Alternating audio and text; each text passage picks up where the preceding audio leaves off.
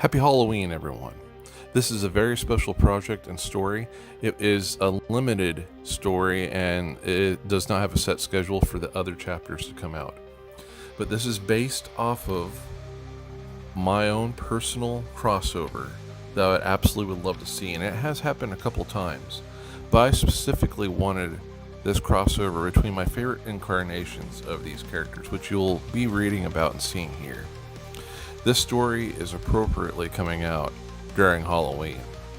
The name of this story is called The Midnight Avengers. This is all based off my ideas. I have the subplots and the plots and the general idea of what I want to have happen in it, but I did use a little bit of help from a chat bot. But like I said, most of this stuff, including subplots and how I want things to play out, I already came up with it in my mind. So it's definitely not the bot that's doing all this, and I'm just like, I just want to see this. And I'm going to just type in a name and hope it comes up with something cool. This was inspired by my friend Dame Falcon, because she likes to do a special stream called Dinner Theater Hour on Twitch, something like that. Anyway, let's continue on with this story, The Midnight Avengers. The full moon casts an eerie glow over the sprawling mansion estate, shrouding it in a sinister light. Frank Castle, the Punisher, had infiltrated this dark citadel, determined to bring down the old Italian mafia that had been terrorizing the city. He had spent weeks gathering intel, but tonight he was here to dispense his own brand of justice. As Castle moved through the estate's shadows, he couldn't shake the feeling that something was amiss. The mobsters he had been tracking were known for their brutality, but the whispers he had heard hinted at a darker secret. He pushed those thoughts aside, focusing on his mission to eliminate the mob's leadership. As he stealthily eliminated guards and moved deeper into the mansion, he came to a chilling realization. The mobsters had been presumed to be human were anything but. They were vampires, their supernatural resilience and strength revealing their true nature. Castle's guns and explosives had inflicted severe damage. Some of the vampires even died, but the vampires were far from dead, the rest of them. They regrouped, their crimson eyes filled with ravenous hunger. Amid the chaos, Blade, the vampire hunter, watched from a nearby vantage point. Unseen and unheard, he had been tracking a lead that had brought him to this mansion. Following rumors of supernatural activity, he rarely kept up with the news, focusing solely on the mission to eradicate vampires. This time, his hunt had led him to an unexpected encounter with the Punisher. Blade had only heard rumors of a vigilante known as the Punisher, but his mission and instincts told him to observe. He watched as the Punisher fought valiantly against the vampire mobsters, not realizing the true nature of his enemies. But when it became clear that Castle was in over his head, Blade knew he couldn't remain a passive observer any longer. With a swift, graceful leap, he ascended up into the midst of the vampire mobsters, his sword flashing and slashing the moonlight. The Punisher, outnumbered and caught off guard by the arrival of this new player, watched in awe as Blade unleashed his unparalleled combat skills. Vampire Hunter's sword slicing through the undead with deadly precision, and his arsenal of weapons and martial arts made quick work of their common foes. As the mobsters fell before the combined onslaught of the Punisher and Blade, Castle finally had a moment to speak. His eyes locked on Blade. A mixture of gratitude and curiosity etched across his rugged face. "Who are you?" he grunted, still slightly stunned by the vampire hunter's unexpected entrance into chaos. Blade, sunglasses concealing his eyes, replied with an air of subtle disdain that was reminiscent of his interaction with the Night Stalkers he had met years before. "They call me Blade. I hunt vampires." The Punisher's suspicions and caution were evident. He had just been saved by a stranger, one who had undeniable air of danger and mystery about him. Despite his appreciation for the timely rescue, Castle wasn't one to let his guard down easily. The battle with the vampires continued on as they pressed on through the estate, eventually finding a brief respite in a dimly lit corridor. It was there that they finally had a moment to talk. The Punisher maintained his cautious demeanor, still not entirely sure what to think of this vampire hunter. "What brings you to this bloodsucker's nest?" Castle asked, his voice gruff and laced with suspicion. "And how do you know I didn't have this under control?" Blade's response was tinged with a hint of anger, the kind of frustration that came from having one's plans disrupted. "I've been tracking these vampire lords for weeks. Your little attack messed up my plans, but it also saved your hide. These vampires are a bigger problem than you realize, Punisher." Their conversation continued. Castle couldn't deny the effectiveness of Blade's combat skills, but he still regarded the vampire hunter with skepticism. Sorry about that. Blade, on the other hand, begrudgingly acknowledged the Punisher's resourcefulness, even if he had temporarily derailed his own mission. As they navigated the treacherous halls of the estate, they fought off more vampire foes, the unspeaking understanding that they needed each other to survive, growling stronger with each passing moment. They might not fully trust one another, but they had a common enemy and a shared goal: to rid the world of the vampire lords and a darkness that threatened the city. Chapter 2.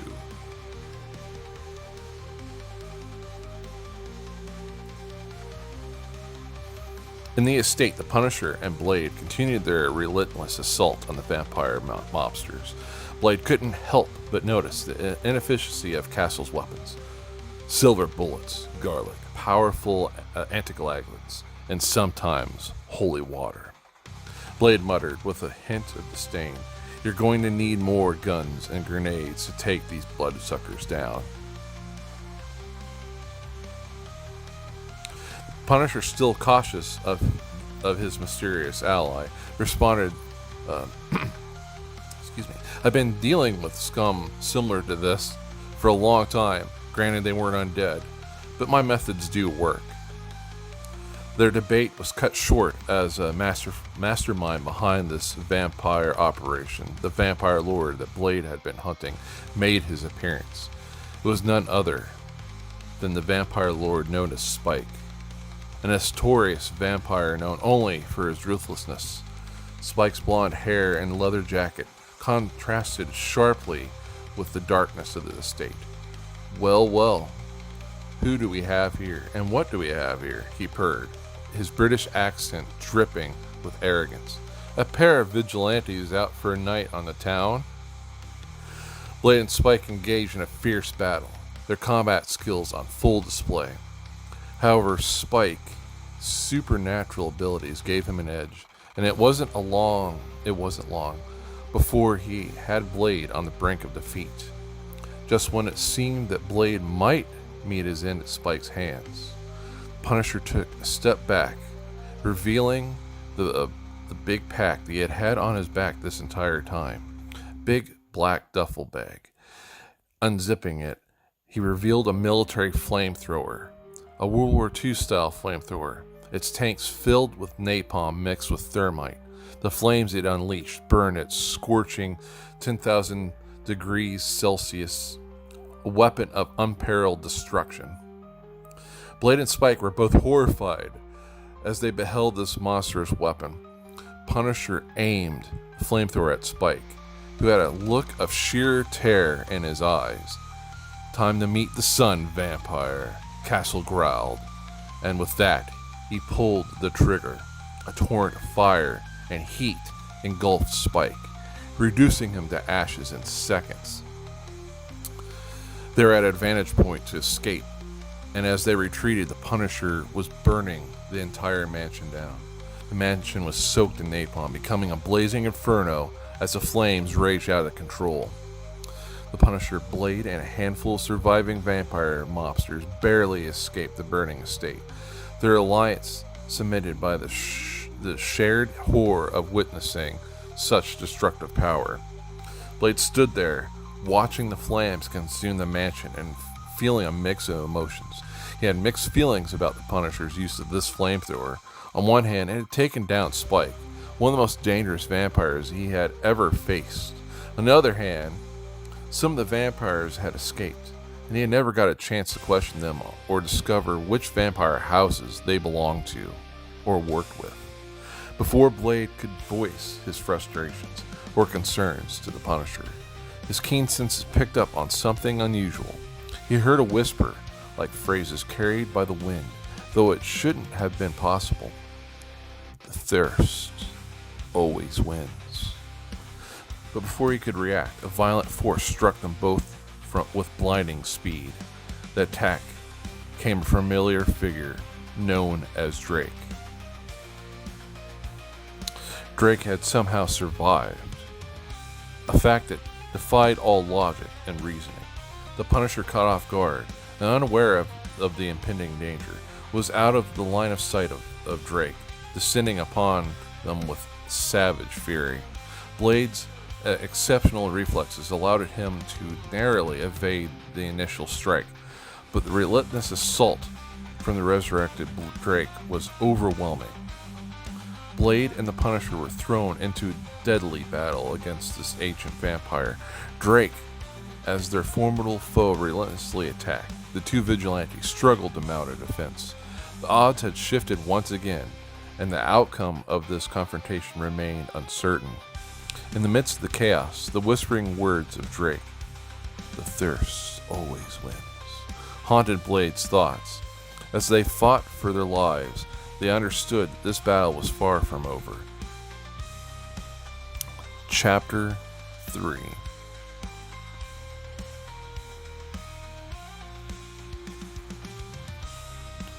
As the battle raged on, and Blade struggled against the relentless assaults of Drake, the Punisher attempted to save his newfound friend and ally. However, in the midst of the chaos, his flamethrower had sustained damage from Drake's sneak attack and was rendered inoperable. He had to discard it, leaving him with limited means to fight off the supernatural threats. But before the Punisher could react further, a new player entered the scene, a figure in red with a red hood, wielding dark magic, emerged from the shadows with an incantation. He suspended the Punisher's movements, rendering him immobile. The Punisher was concerned about his inability to move, especially in the face of such dangerous adversaries. The figure in the red hood, revealed to be a practitioner of dark magic, was furious with Blade and the Punisher for destroying the estate and killing Spike. Red Hood liked the estate, and its destruction had unleashed his wrath. He didn't need to explain his anger. It was evident in the fire of his gaze and the tone of his voice.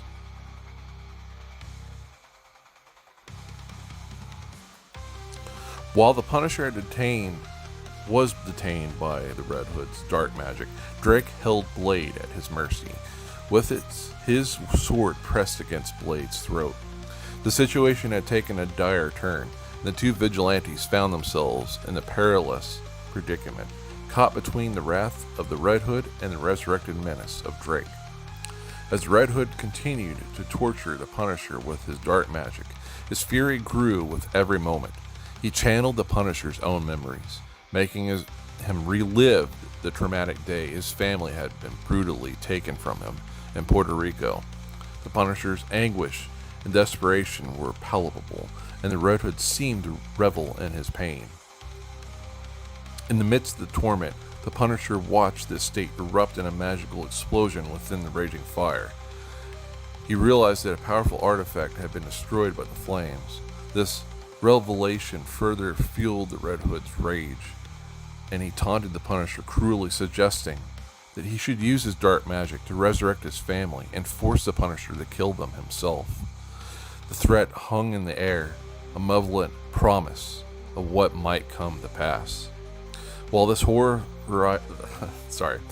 horrifying spectacle unfolded, Blade questioned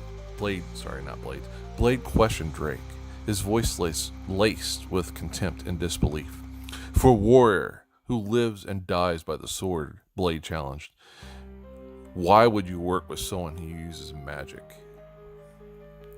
As Blade questioned Drake, his voice filled with contempt and disbelief. Drake's reactions was not one of complete denial. He looked at Blade with a mixture of recognition and confusion. "I don't remember our last fight," he admitted. "But every other encounter before that was etched into my memory." Drake's acknowledgement of their previous encounters, except for the last fatal battle, only deepened the mystery of his sudden reappearance. Blade, still held at Drake's mercy, couldn't fathom why the ancient vampire had no recollection of almost killing him, nor Whistler's daughter's pivotal role in shooting the Daystar virus tipped arrow at Drake, and Blade's final act of stabbing him with it, effectively ending his existence. The enigmatic circumstances surrounding Drake's resurrection and his selective memory of their past clashes left Blade both intrigued and wary, even as they remained captive in a perilous situation orchestrated by the furious Red Hood. The tensions in this night escalated as Blade, under the pressure of Drake's sword against his neck, managed to choke out the name Frank Castle. Red Hood, now fully intrigued, let a bemused chuckle. "Frank Castle? The man with death wish killing Italian mobsters?" he quipped, his tone a mix of confusion and amusement. Before Blade could respond, the Punisher, having freed himself from Red Hood's magical restraints, interjected defiantly. "No, the Punisher, the Navy SEAL." Red Hood began to turn his head to look at the Punisher, but before he could fully face him, a ballistic knife blade shot past him, slicing through the meat of Red Hood's neck and hitting Drake in the process. The impact caused a momentary distraction, and both Blade and Drake seized the opportunity to escape their captor's hold. Outside the burning estate, the chaos continued under the cover of night. Drake, pulling a ballistic knife blade out of his shoulder, was enticed by the blood from Red Hood's wound. His eyes fixed on Red Hood's blood, on the blade, and Red Hood himself. Drake's transformation to his true demon-like form was swift and menacing. He thirsted for Red Hood's blood, a horrifying sight that completely threw Red Hood off guard. Red Hood screamed as he hastily used magic barriers to defend himself. As the supernatural chaos unfolded, Punisher managed to escape the chaotic battleground. He yelled at Blade to do the same, urging his newfound ally to retreat from the surreal, perilous situation. Blade, however, remained resolute behind his deep, dark sunglasses and ignored the Punisher's pleas. In response to the Punisher's warning that he would die if he didn't abort and retreat, Blade shouted back defiantly, "Then I will die." His determination to face their adversary head-on was evident, even though his eyes remained hidden behind his trademark shades. Blade seized the moment when Drake was focused on pursuing Red Hood, attempting to attack from behind with his sword, aiming to catch their powerful enemy off guard. The Punisher, on his way back into the city and onto his hidden armories, contemplated the bizarre and supernatural event he had just witnessed when he saw a Christian billboard. He muttered under his breath, Deliver your servant," a phrase he hadn't uttered in years since he had long stopped attending Catholic Mass. The words hung in the air, and he couldn't help but ponder the significance of his unexpected prayer-like utterance.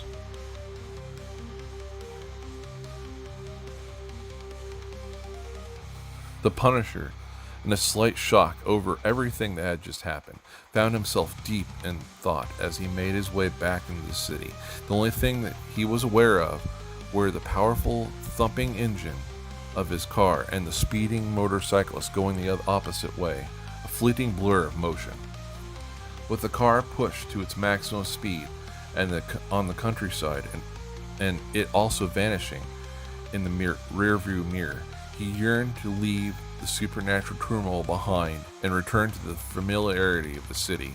Thoughts of demons ascending from the sky, reminiscent of things he had seen in horror films, crept in his mind, further disturbing his already tumultuous thoughts. As he hurtled recklessly towards his base, the Punisher's grip on the steering wheel tightened.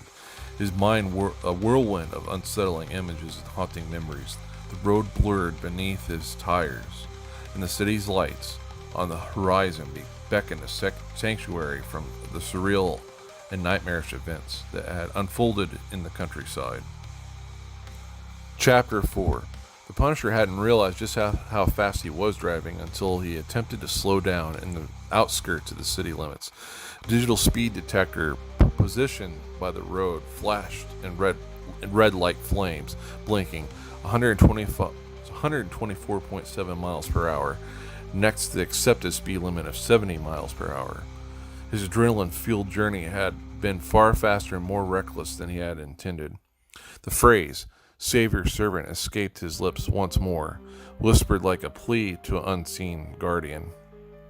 Upon reaching the apartment complex, after he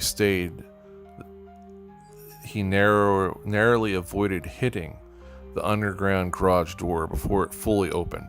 The car's engine growled as it kicked from the sudden deceleration. The Punisher swiftly gathered all his gear and weapons, his eyes darting everywhere in fear and anticipated threats of encounters with vampires, demons, or anything else, or any other supernatural threat was lurking in the shadows, or within the neighboring apartments. Once inside his apartment, he immediately went into lockdown mode, fortifying the place as he would if he detected or suspected the Mafia had sent a death squad to eliminate him. The sense of danger and foreboding from the night's events lingered, and the Punisher was determined to be prepared for whatever supernatural foe might come his way. The Punisher sat in his fortified apartment, his mind a whirlwind of disbelief and horror. The revelation that vampires were real had only partially stunned him.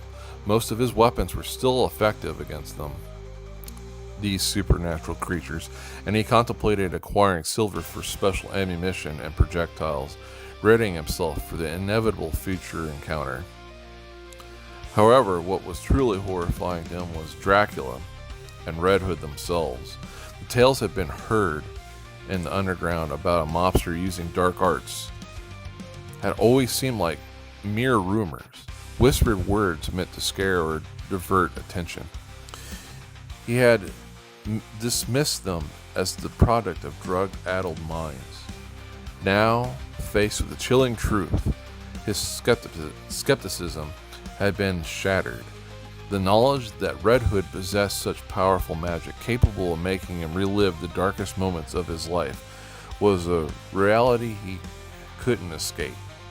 That he could casually subdue and nearly kill him was haunting as well. The failed attempt to hit Red Hood with the ballistic knife haunted him. It was a stroke of accident that the blade struck Drake, and the blood from Red Hood drove the ancient vampire into a friend's hunger, providing the Punisher and Blade the opportunity to escape. The memory of that moment of his failure to kill Red Hood and the chaos that ensued would forever haunt his thoughts, almost as much as the day his family died. In the face of the supernatural adversary, the Punisher found himself in uncharted territories. His resolve tested in a way he had not ever imagined. The darkness that had always lingered within him seemed dwarfed by the newfound horrors he had witnessed. As he prepared for the battles yet to come, he knew that he was stepping into a world far beyond the realms of crime he had once known. A world where the line between the living and the undead, between reality and nightmares, was blurred. The Punisher acted swiftly, grabbing his cleanest and most ready M60 and loading it with a belt with belt rounds, all of them tracers. As he prepared for a potential confrontation, he noticed a small, eerie green glow light emanating from the door. It started out faint, but gradually enveloped the entire entrance. The Punisher didn't hesitate. He drove for cover, his instincts telling him that he was facing retaliation far sooner than he had anticipated. Judging by the magic aura of the light, he knew it had to be Red Hood. The Punisher had his remote with him, a device that could trigger any or all of the traps he had set up in his hideout.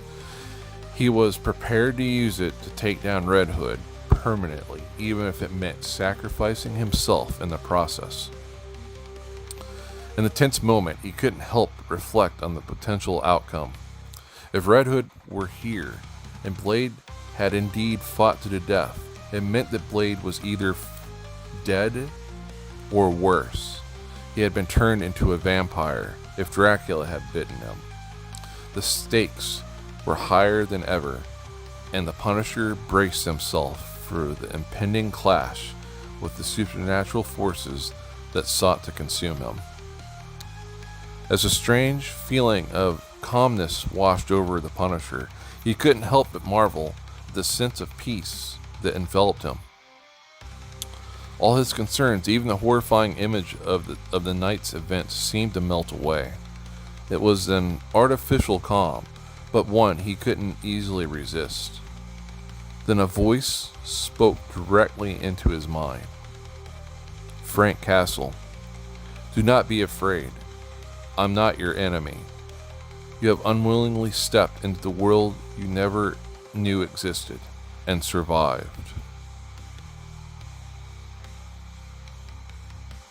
The Punisher, while still trying to shake off the unnatural feeling of calm, couldn't help but be skeptical. He suspected the Red Hood was behind this, perhaps using the calmness as a ploy to give himself a better chance to destroy his adversary. The question that nagged at him was why Red Hood was choosing to communicate rather than simply annihilate him. The Punisher readied the remote, preparing to level the entire building if need be, and the thought of his impending demise felt surreal. Death itself didn't trouble him. He had always been prepared for that eventuality. What worried him was that what would come after, especially in the presence of someone as demonic as the Red Hood. Would he have any chance to see his family again? Or had the darkness of the past deeds already sealed his fate? The Punisher had always been careful about who he targeted for punishment. But there was always a chance of error, a chance that had now come back to haunt him in this surreal and supernatural confrontation. The Punisher hit the switch and pressed the master button, but nothing happened. He repeatedly pressed it again and again. The voice spoke in the Punisher's head. "You give me too much of a chance to read your mind, Mr. Castle. If I was Red Hood, I would have done more than use a spell to depower all your traps and defenses." As a quick check, the Punisher pulled the trigger on his M60. Nothing happened. He focused his mind on other things. His family. Spending time with them on Halloween. Holding his wife and children. The green light enveloped the door suddenly became a portal. The intense light made it hard to see anything other than an outline of a person coming through the door. The words, "By the Eye of Aga," was the only thing he was able to say before the Punisher had caught him off guard. The Punisher had a talon-shaped blade to his throat and a K-bar above where his heart would be. "Wait," the stranger screamed. "Let me talk. I'm not your enemy, Frank Castle. My name is Dr. Strange. I'm an Avenger. What I witnessed tonight left me with two truths. One, the danger we face is more than what the Avengers, as of now, can handle. And two, Someone of your skills, someone with your ability to survive insurmountable odds, especially with what you face tonight, is incredibly valuable. I haven't seen someone as resourceful as you since Black Widow was alive. Please listen to me, Frank. The fate of not just this universe, but multiple universes in heaven and hell, perhaps, may be at stake. The Punisher reluctantly slowly lowered both the knives he had held up to Doctor Strange's throat into his chest. But Doctor Strange continued, "The souls of your family are now at risk as well, Frank. And we all need the Punisher now more than ever." And this is a taste of things to come. I hope you're enjoying your Halloween. I hope you enjoyed this Halloween-themed story with my favorite Marvel characters, and more of my favorites are going to show up sooner or later. Peace be with you, and have a great day.